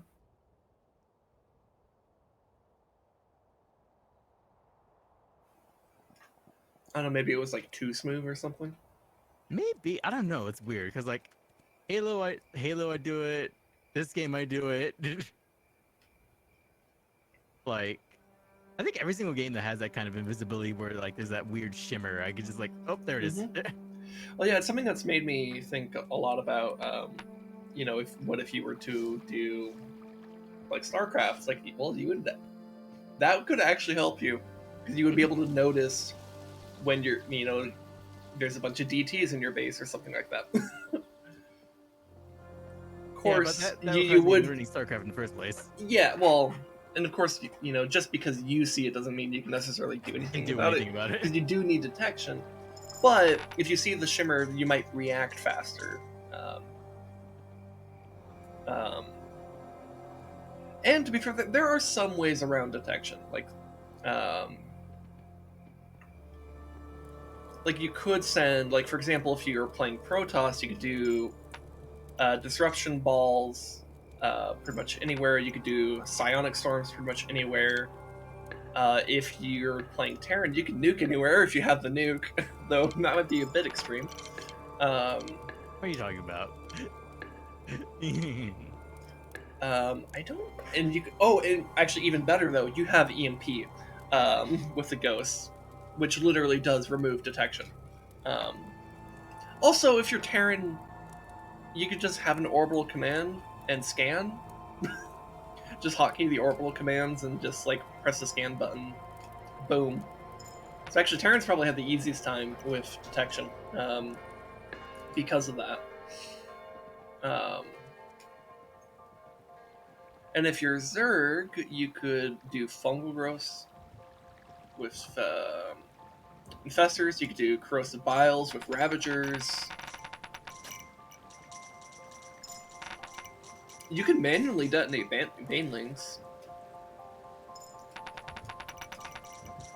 Usually, that's not a good idea, but you could. Usually not a good idea.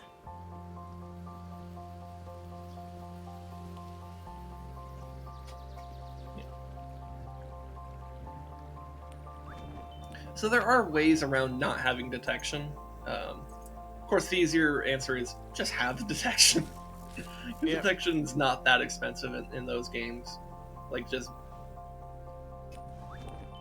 get yourself an overseer or an observer or build some anti-air defense. Because all anti-air towers in that game have detection.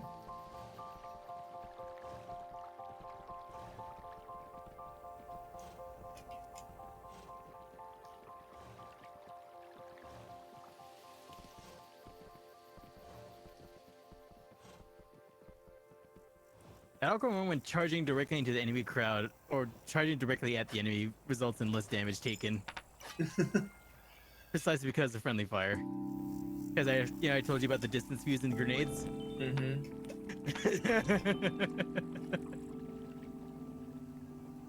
I'll take less damage when I charge them because that means I'm not blowing myself up because they're at the ideal range to blow me up alongside them. Yeah.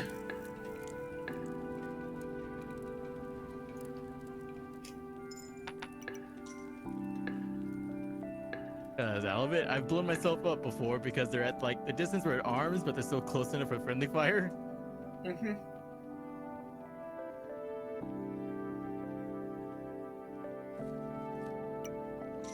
Why is the knight all the way back here? Hold on. That's... Sus. The wall's here, though. Something weird happened.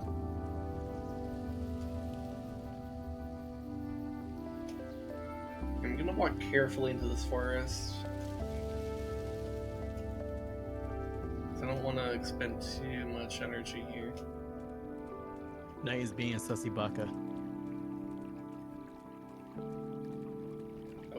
Okay. Time to leave. Thought about using the portal, but might be a bit too risky to do that. Because they can still attack you while you're trying to interact with the portal.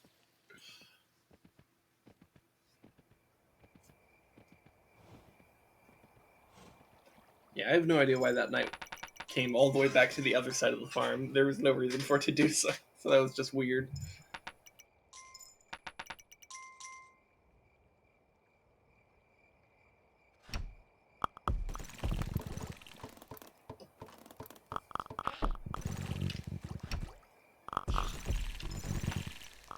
Man, look at all those arrows. Basically, yeah.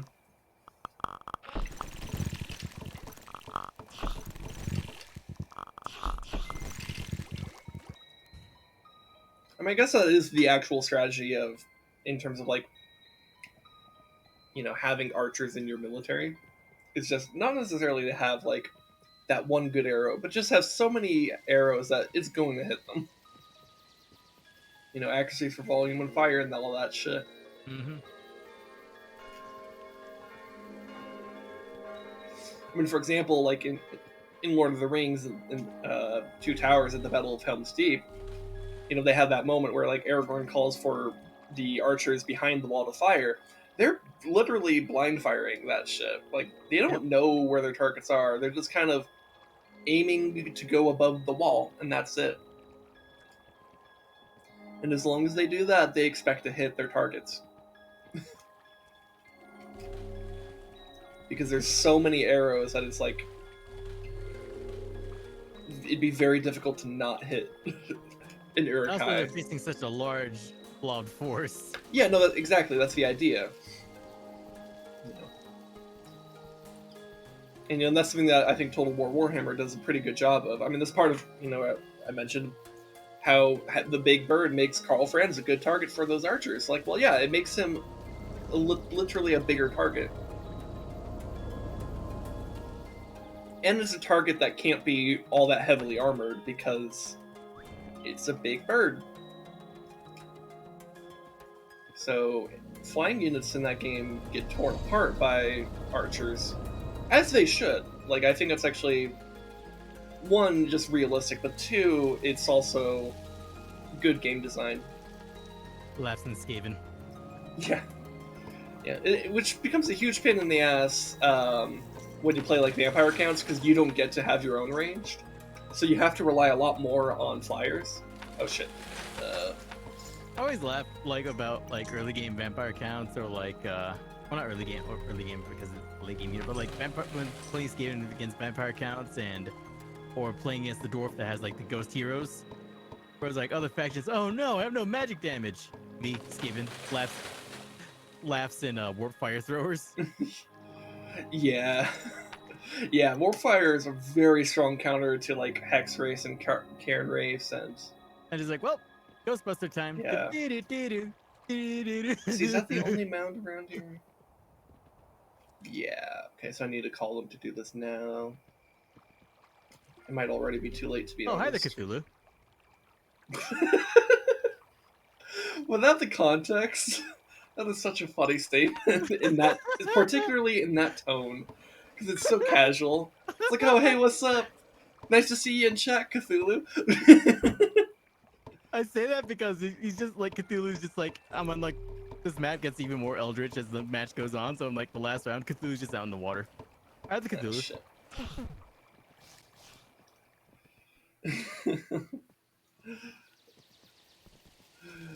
Oh, good. The army of archers is here. Illufathagen. What a wonderful phrase. Here, I'll try to tank for the archers.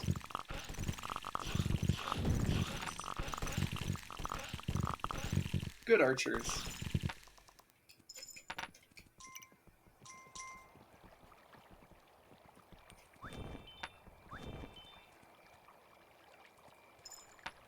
You know, one of the nice things about the workers getting overrun in the midst of building a wall instead of like after the wall is up is that your archers will still move to the border Uh because it hasn't been destroyed. It's just under construction. huh. And that actually does make a critical difference. So that's why these guys were, you know, we weren't. Maybe if I actually tried to save the workers, I might have been able to, um, but even then, like it wasn't that devastating a loss. Though I might want to go back and make sure I have more workers.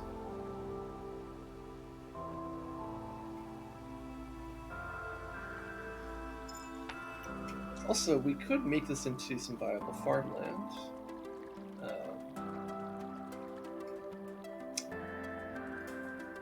Hmm, I don't know. May want to. I don't know. I'm not sure. My brain is getting scatterbrained because I don't know what I want to do in this game. Like I could push for victory, and maybe that's the best call. But I'm also just here to vibe because this isn't like something I'm like, you know, putting like as like part of a bigger stream. It's just like this is just the stream, so I don't need to. I don't need to be all speedy. Not that I normally am, anyways. But you know, I'm just here to vibe, man.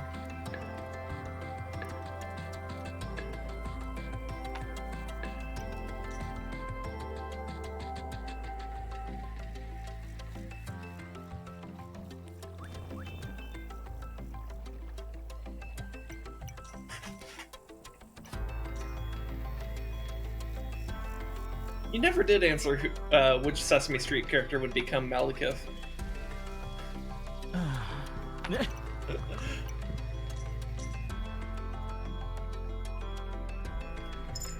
Here's a weird part about Malekith, though. He's the most sane and stable of the Dark Elves, so like that's his thing. He's the most sane and stable, and he's just surrounded by psychos. Oh, I, I, I think I have the answer then. Oscar I the think Grouch. Oscar the Grouch. Because like here's the thing, whenever they have like his extended family or whatever, they're always Uh-huh. like even worse than he is, and so he looks like normal compared to them. So, and you know what, Malekith is kind of grouchy about everything, so I mean, yeah. so it kind of fits. He's a thinly veiled Darth Vader. Darth Vader. Yeah. Um,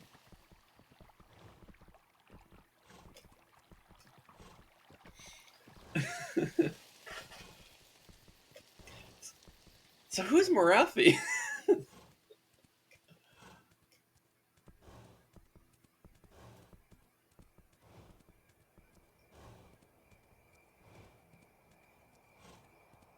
I don't know. Maybe it's better to ask like about the Sesame Street characters because Warhammer actually has a fuck ton of characters, and so maybe there isn't enough Sesame Street characters for Malekith and Marathi. Marathi's a random guest. Was a random Sesame Street guest. Yeah, it could be that.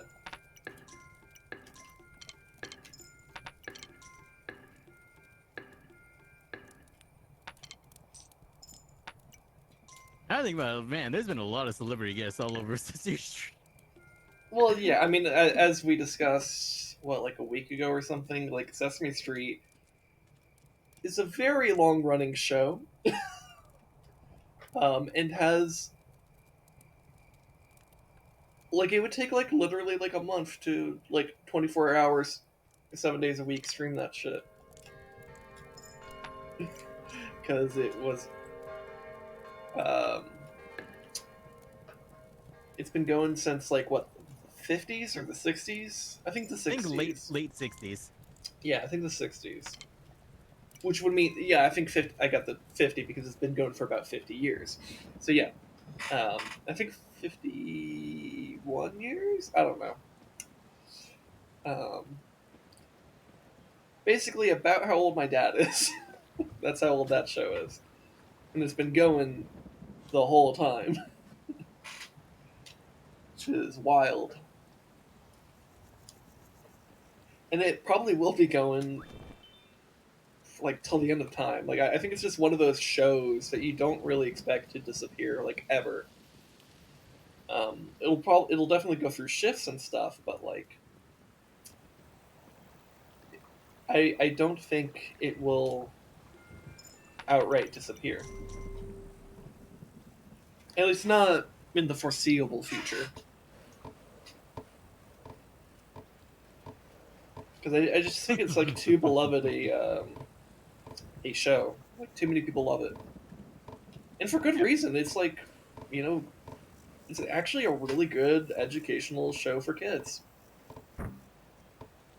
Like that's fantastic. And because it's been around for 50 years at this point, it's just like it's a multi-generational. It has multi-generational attachment Mm-hmm. um, in critical developmental years too. So like, so it isn't even like, you know, the same as like The Simpsons, which also has multi-generational appeal, but it's not. Turn to shit. Well, yeah, one, yeah, the writing got worse, but like also it wasn't like it doesn't have this childhood nostalgia in the same way. Like it does in a way, but you know, it's not quite the same. Because like for example, like you know, you and I mostly remember The Simpsons when we were kids, but like our parents, like well, they were parents, or at least like even if they weren't parents yet, they were adults when The Simpsons got going, especially into like the golden age of Simpsons, as it's usually referred to.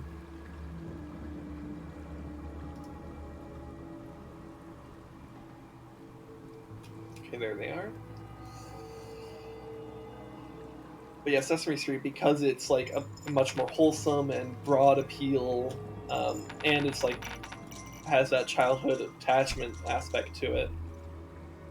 It's I think it's just one of those shows that's going to be incredibly hard to, if not impossible, to actually like ever like discontinue. I mean, hell, like if you remember in 2012 the presidential debates, um, Mitt Romney overall performed really well in that first presidential debate, but he had one serious like blunder that really hurt him, and this is when he was talking about like funding for PBS. He's like, "Look, I like Big Bird, but we might need to cut some funding to PBS," and people hated that. It's a very bad political move on his part. Um, Also, it was just dumb on the policy of it because it's like PBS is such a tiny, tiny, tiny, tiny, tiny fragment of the budget that it's ridiculous to even suggest cutting it. Like you're not gonna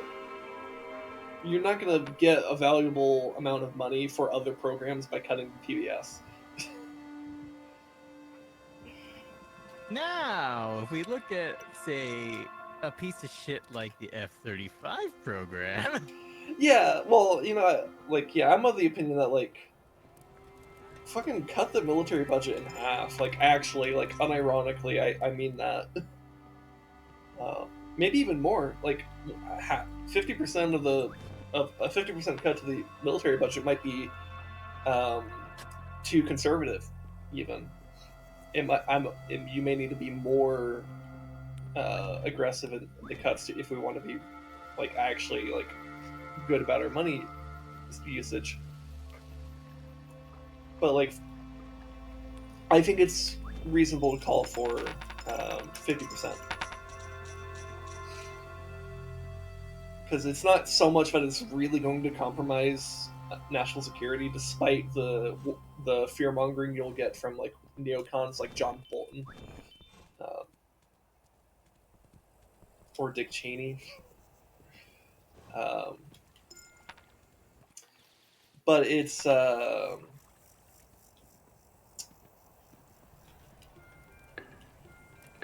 also enough money that like you could start paying for other programs in their entirety just with that money.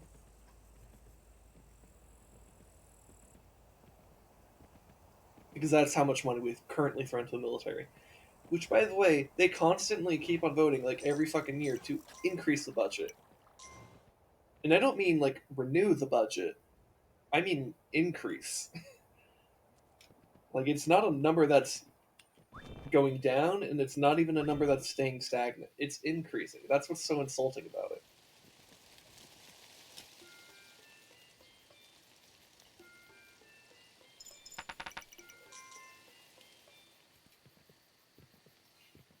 And I was talking to my brother the other day about like taxes and shit, and like how aggressively I would posture myself in terms of taxing like the ultra wealthy, particularly the billionaires. And I was like, yeah, I'd be willing to go. I'd be willing to say like say 90% tax on wealth above $1 billion. And like it kind of led to this argument about like, he said that he thought that was pretty extreme, and I'm like, is it really though? Because I don't think it is, because that affects such a tiny amount of people, and these are billionaires we're talking about here. And like he was concerned about like the idea of like if you tax too high, it might like that it would discourage innovation, and I just disagree with that. I don't think that's actually the case, and I certainly believe more in more like populous and widespread innovation, among like the working and middle class. And it's not like my brother like really dramatically disagreed with me that much, because like when it comes to like policies like UBI and shit like that, he does agree with me. Um, and he does agree. Like he was posturing more at like 50% rather than 90%, which would still be an increase, a significant increase from where we are now. So like it's not like he doesn't have the right stance. It's just that like his stance is um, much less aggressive than mine. But I feel the need to take very aggressive stances, if for no other reason than the Overton window effect. Because like, look, it isn't just Republicans that are going to oppose you on this. It's going to be Democrats too. This type of proposal is not popular among uh, Washington elites. Outside of that group, it's a lot more popular. Like with the American people, what I advocate for is a hell of a lot more popular. Uh, but in Washington, D.C., it's not very popular. Or I should say, among the elites of Washington, D.C. Because the people of Washington, D.C. are actually, um, they're pretty left leaning overall, as far as like general populace goes in America. Mm-hmm. So, which isn't, if we compare it to like, Finland, for example, not very left wing overall. American left is like EU center. um, Hell, it might even be a bit right of. It's probably a bit right of center, to be honest, in the EU. Um, that's how right wing this country is. It's ridiculous. Um, but there are legitimate left wing groups in America. Um, like even left of Bernie Sanders. Bernie Sanders is just the most successful one so far.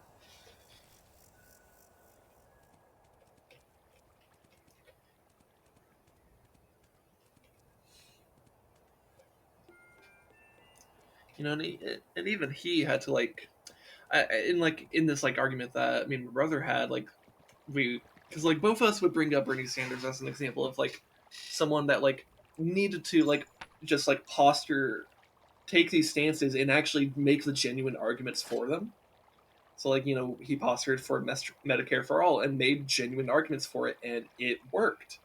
He made arguments for increasing the minimum wage, and it worked. Um, in the sense that it convinces people, not necessarily in the sense that it gets passed, because that's a totally different problem. Well, maybe not totally different, but it's like convincing the American populace is different than convincing politicians. Um, but as far as convincing the American people goes, Bernie Sanders was very successful in shifting the Overton window. In fact, I don't think there's anyone in the past at least 2 decades, maybe even more, that has shifted the Overton window in America more than Bernie Sanders.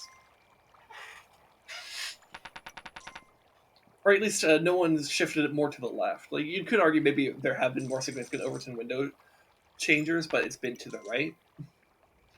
Um, but usually, I'm not even sure I would argue that. At least not in the past 20 years.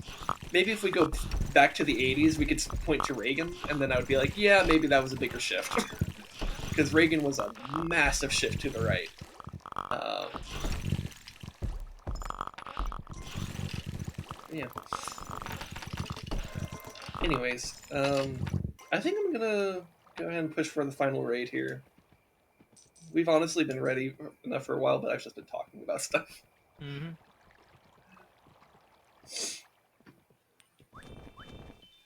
Talked about a lot of things in this stream, Yep. which is good. That's what I. Honestly, that's part of why I really like doing this game on stream. I find it so easy to just like let my brain just like make words. And I think it's just because it's like a really relaxing game that has some amount of challenge, but like isn't like doesn't have those moments where I just need to completely like shut down and focus entirely on it, because it's not that hard. This is more about like managing things. It's not necessarily about like executing things with perfection. So I think that combined with this very calming and relaxing atmosphere makes it a lot easier to just kind of be like, yeah, we're good.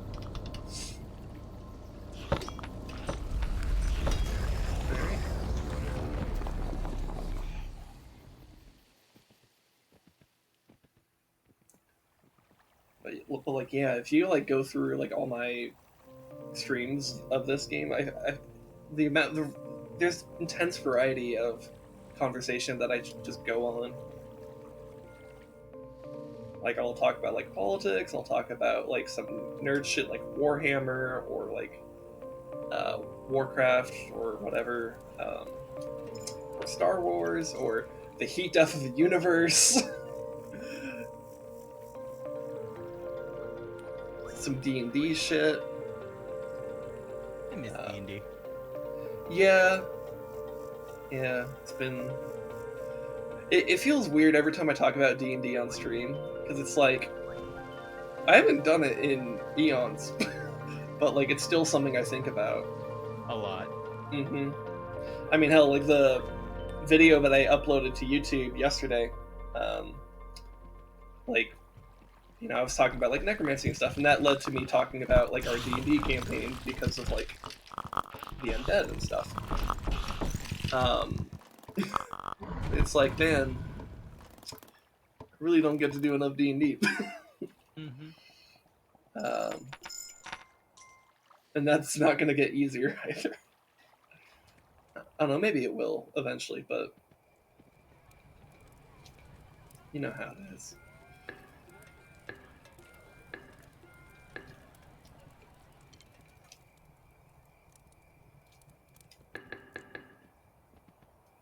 So yeah, it's probably the left side is still dealing with their counterattack or something. Yeah. Okay, but that should be it. Because the right finished their counterattack. There we go. Yay.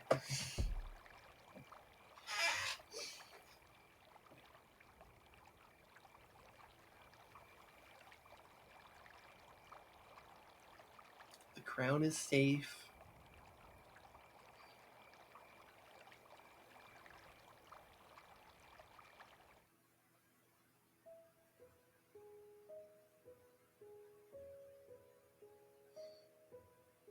Yeah.